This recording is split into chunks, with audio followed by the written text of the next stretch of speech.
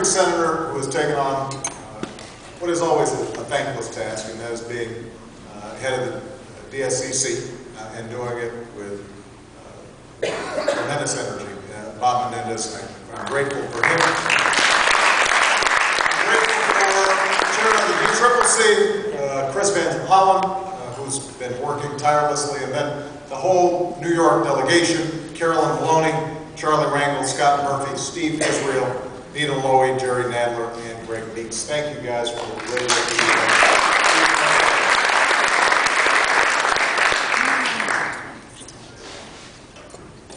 We are at, I think, a critical, fascinating, difficult time in our history.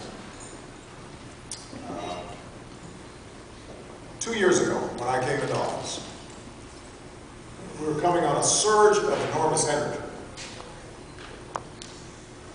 because people understood that we couldn't keep doing things the way we had been doing. And I want everybody to look back at the track record of 2001 to 2009 and what was happening in this country. We had not only entered into 2 wars that weren't paid for, not only had we turned record surpluses to record deficits, but what had happened to the middle class in this country, or those aspiring to be part of the middle class, that beating heart of our economy, that representative of the American dream, the notion that if you worked hard and you took responsibility, that not only could you provide for your family, but you could be assured that the next generation was going to do better than you did. They had taken hit after hit after hit. This is not my opinion. The Wall Street Journal, a great champion of the Obama agenda,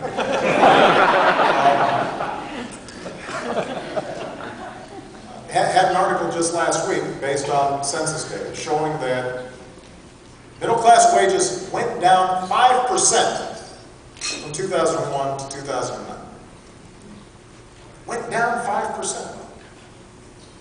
We had the slowest job growth during that period of any time since World War II. In fact, the pace of job creation was slower than it's been over the last year coming out of this horrific recession.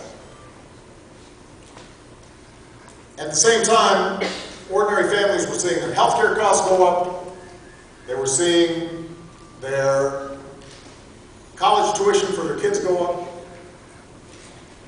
And all of this was brought to you by, was underwritten by, a very specific ideology that basically said, we're going to cut taxes, especially for millionaires and billionaires. We're going to cut rules for the most powerful interests in our society. We're going to cut ordinary folks loose to fend for themselves, and somehow, magically, we're going to grow and we're going to prosper. And for a few years at least, there was the illusion that maybe this might work because we had a housing bubble and people were maxing out on their credit cards and spending, and so the sense was, well, maybe we can keep this thing going. Although all across the country, people were struggling. They were seeing plants move out of their towns and suddenly empty out. Main streets start getting boarded up. And then all of it finally culminated in the worst financial crisis since the Great Depression and the worst recession since the 1930s. That was the context in which I was sworn into office in January 2009. 6 months leading up to the election, we actually lost 4 million jobs. 4 million jobs in the last 6 months of 2008. We lost 750,000 the month that I was sworn in. So, my first responsibility as president, Nancy's first responsibility as speaker, Bob's first responsibility, all the members of Congress here today, our first responsibility was to make sure that we did not slip into a second Great Depression. And we've succeeded at doing it. The financial markets are stabilized. The economy that was contracting 6% in the quarter in which I took office is now growing again. We've had 8 consecutive months of private sector job growth. We're making progress. But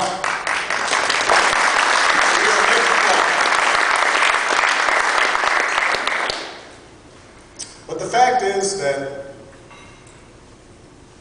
the devastation that was caused by this recession lingers on. There are millions of people out there who are still looking for work. There are hundreds of thousands of people who have lost their homes. Millions more who aren't sure if they're going to be able to make their mortgage payments or pay the bills. People are scared, people are anxious, people are uncertain about the future. And people are angry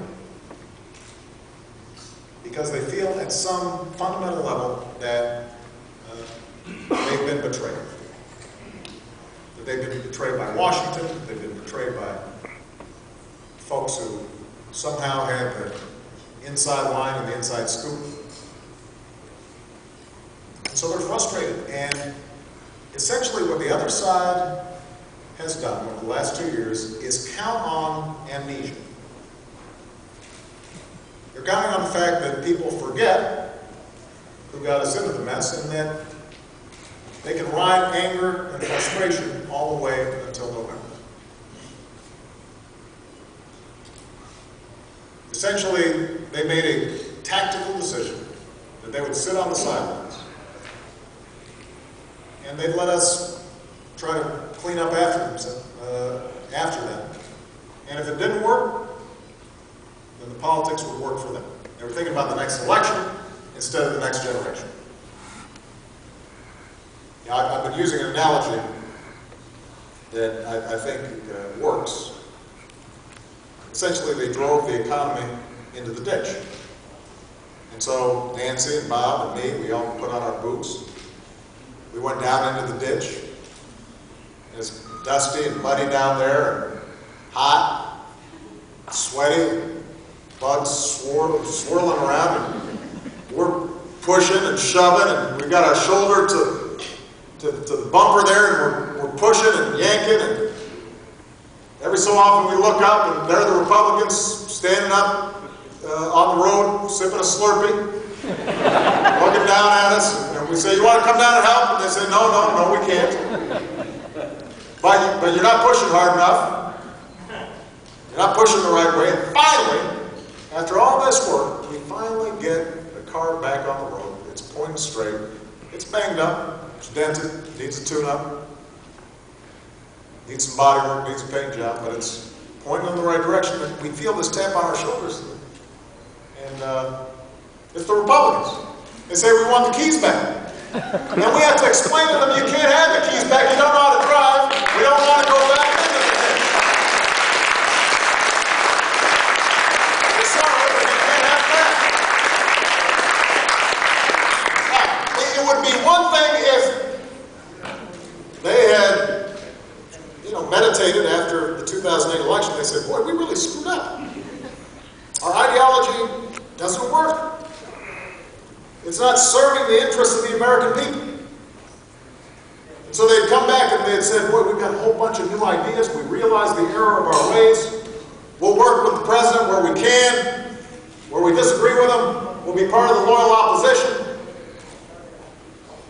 That's not what happened. That's not what's happening now. The chairman of the other side's committee, when asked, well, what exactly would you do if you guys ended up taking over the House? He said, we're going to go back, and I'm quoting, to the exact same agenda that we had before the president took office. The exact same agenda. And you can see it now in the proposals that they've got. They've said, well, where are the jobs? We've got to grow the economy faster. We've got better ideas. Here's their idea. Their primary idea, their principal idea, is we're going to borrow $700 billion. Borrow it because we don't have it. And we're going to give tax cuts that won't go to 98% of the American people.